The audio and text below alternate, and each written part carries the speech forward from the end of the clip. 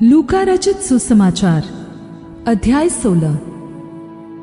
फिर उसने चेलों से भी कहा, किसी धनवान का एक भंडारी था और लोगों ने उसके सामने भंडारी पर यह दोष लगाया कि यह तेरी सब संपत्ति उड़ाए देता है। अतः धनवान ने उसे बुलाकर कहा, यह क्या है जो मैं तेरे विषय में सुन रहा हूँ? अपने भंडारीपन का लेखा दे, क्योंकि तू आगे को भंडारी नहीं रह सकता।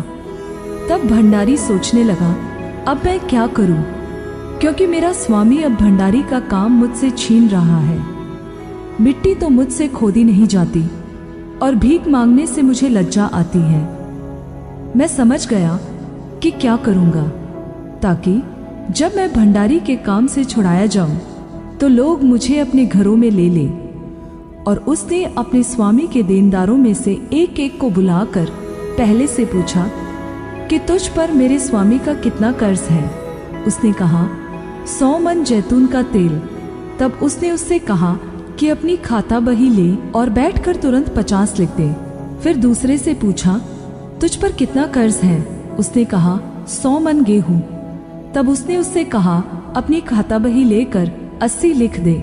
स्वामी ने उस अधर्मी भंडारी को सराहा कि उसने चतुराई से काम किया है, क्योंकि इस संसार के लोग अपने समय के लोगों के साथ रीति व्यवहारों में ज्योति के लोगों से अधिक चतुर हैं। और मैं तुमसे कहता हूँ कि अधर्म के धन से अपने लिए मित्र बना लो, ताकि जब वह जाता रहे तो वे तुम्हें अनंत निवासों में ले ले। जो थोड़े से थोड़े में विश्वास योग्य है वह बहुत में भी विश्वास योग्य है, और जो थोड़े से थोड़े में अधर्मी है वह बहुत में भी अधर्मी है। इसलिए जब तुम सांसारिक धन में विश्वास योग्य न ठहरे तो सच्चा धन तुम्हें कौन सौंपेगा? और यदि तुम पराये धन में विश्वास योग्य न ठहरे तो जो तुम्हारा है उसे तुम्हें कौन देगा?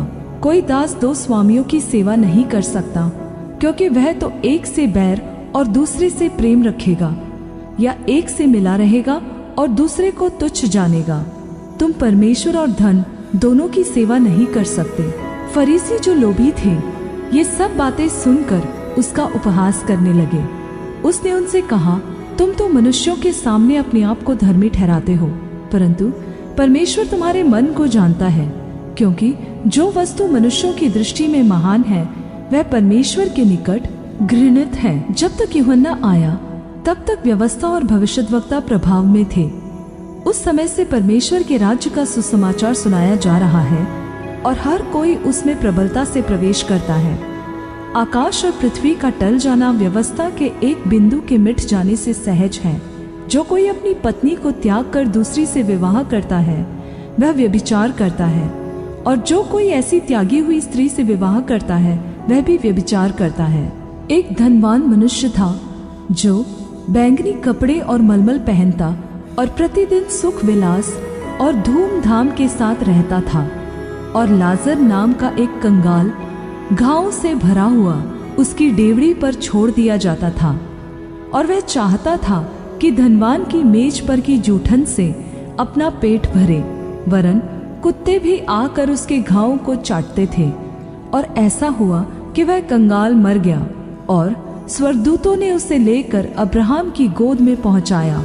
और वह धनवान भी मरा और गाड़ा गया, और अधोलोक में उसने पीड़ा में पड़े हुए अपनी आंखें उठाई और दूर से अब्राहम की गोद में लाजर को देखा।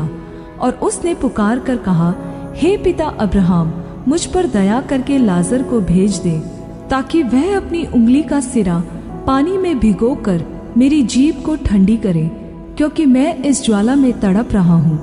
परंतु अब्राहम ने कहा, हे पुत्र, स्मरण कर कि तू अपने जीवन काल में अच्छी वस्तुएं पा चुका है, और वैसे ही लाजर बुरी वस्तुएं, परंतु अब वह यहाँ शांति पा रहा है और तू तड़प रहा है।